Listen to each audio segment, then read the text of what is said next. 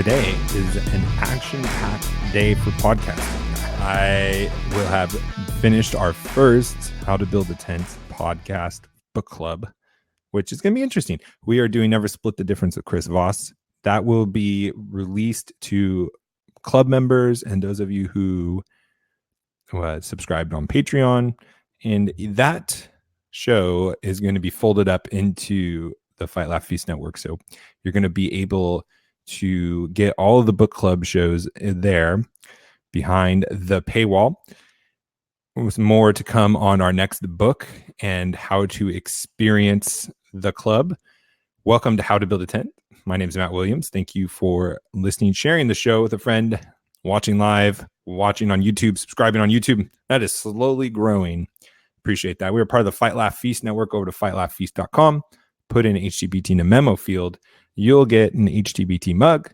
You may get a pint glass if there's still any left, but you'll get tons of great content like our book club and tons of other non-business related things too. We're really having an all-around platter for you to feast on in digital content. So go check that out. Help support us by becoming a member. Don't forget to put in HtBT in the memo field, fightlaughfeast.com.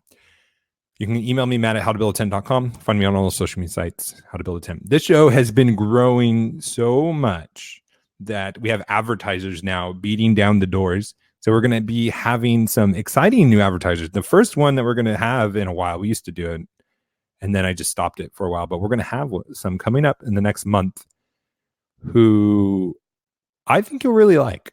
I enjoyed them. I knew about them before they even reached out. And I'm looking forward to that. So there'll be more to come with that as well. The first thing I wanted to hit is federal income taxes set a new record, which is a good thing and a bad thing. One is we're getting taxed a ridiculous amount of money, but also tax cuts have led to increased tax revenues or receipts. I don't like using the word revenue. It implies that there's some kind of value being sold. I like a receipt. Like, this is how much we're taking from you. But it was up $5.5 billion. I got to double check my zeros because of how big these numbers are. And that's breaking a record that was set last year. On my phone, if you can see the chart, that actually kind of shows up pretty well. You just can't read it. You can see how revenues have been growing, and it's set in 2019 dollars. But it set a previous record of $1.7 trillion. So as you can see by that chart and by these 2 years of record setting, we shouldn't have a deficit. We should be getting our debt under control. Nope, we're not, because we don't have a receipt problem. We don't have a tax problem. We have a spending problem. And let's be honest, it's a sin issue as well. We have a sin problem. We have idolatry. We have asked the government to save us from so many different things, and they have gladly done that or tried to do that, and they've done it by taking money that's not rightfully theirs. So the next time someone accuses the tax cuts for being the reason we have a deficit, just point out the last 2 years have been record-breaking years for tax receipts. Another depressing topic, the NCAA has decided that they will allow you to keep the profits you make off of your name, image, and likeness. Now, a lot of you know me, not a big social justice warrior. I'm not one at all. I don't really believe that there's systemic oppression, except for a few areas.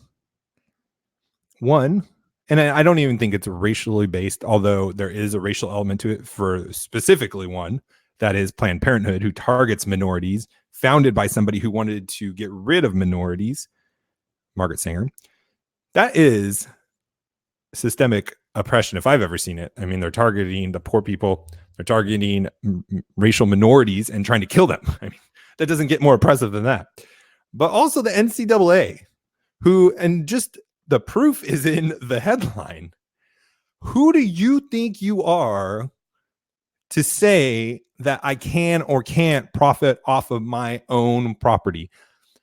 There's no more private property than yourself. Like, Does the NCAA think that they own these people? Do they think that they had the right to let me, as a college student athlete, tell me what to do with my life on the side? I just think that the NCAA has been criminal and immoral for so long.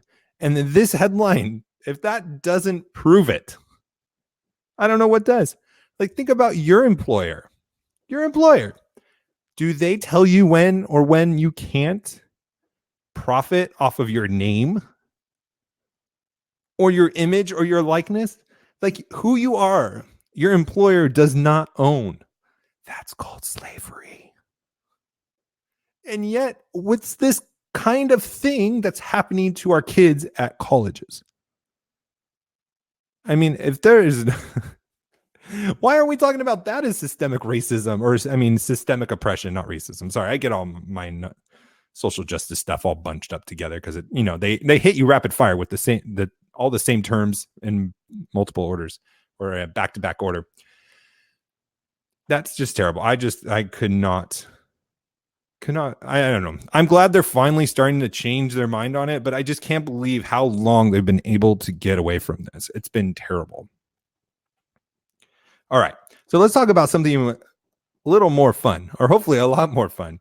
So we finished our book club for Never Split the Difference with Chris Voss, which is just in time because I have a few negotiations coming up, and I'm going to be trying to apply those principles that we learned in the book as best I can from a Christian perspective, because not all the principles in that book, as you who have listened to the book club podcast or as part of it, know that there's some things that you just probably shouldn't do as a Christian, even though it might be helpful or beneficial.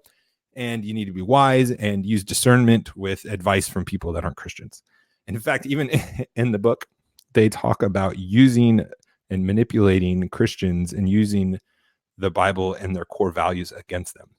No, I would not recommend as a Christian using other Christians' core values against them. I don't think God would like that very much.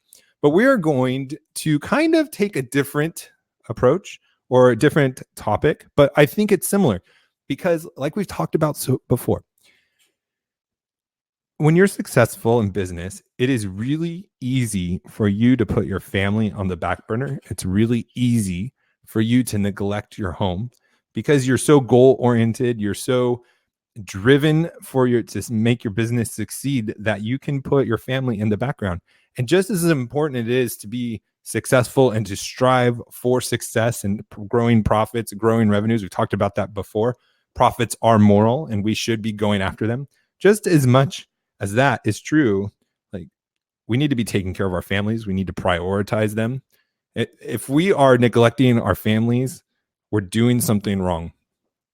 And there's just so many different things that we should be working on and improving on that are not business related, but kind of are, because if our family isn't in a good place, then we're going to suffer in our businesses because there's just a ton, and even just from a financial perspective, you're going to get hurt financially. So I want to do the book, Man of the House. You've heard Toby Sumter on the Cross Politics show talk about it before. I'm really looking forward to reading the book. I haven't before. I am going to have 2 links in the show notes, one for iTunes and one for Amazon. If you use those links to buy the book, digital, physical copies, if you use the links to buy those and you send me a screenshot, I'll let you into the book club, the next book club, for free. You'll just get in. And also the next book club, if you are a Cross Politic or a Fight Laugh Feast member, you'll get in as well. And you just send me an email that you want to get in, that you're a member, you bought the book with a screenshot from one of those 2 links, and I will check it with my backend data, and I will send you an invite so you can be part of the next book club, and you don't have to pay anything additional. Just buy the book using the links, or being a Fight Laugh Feast member already will get you in.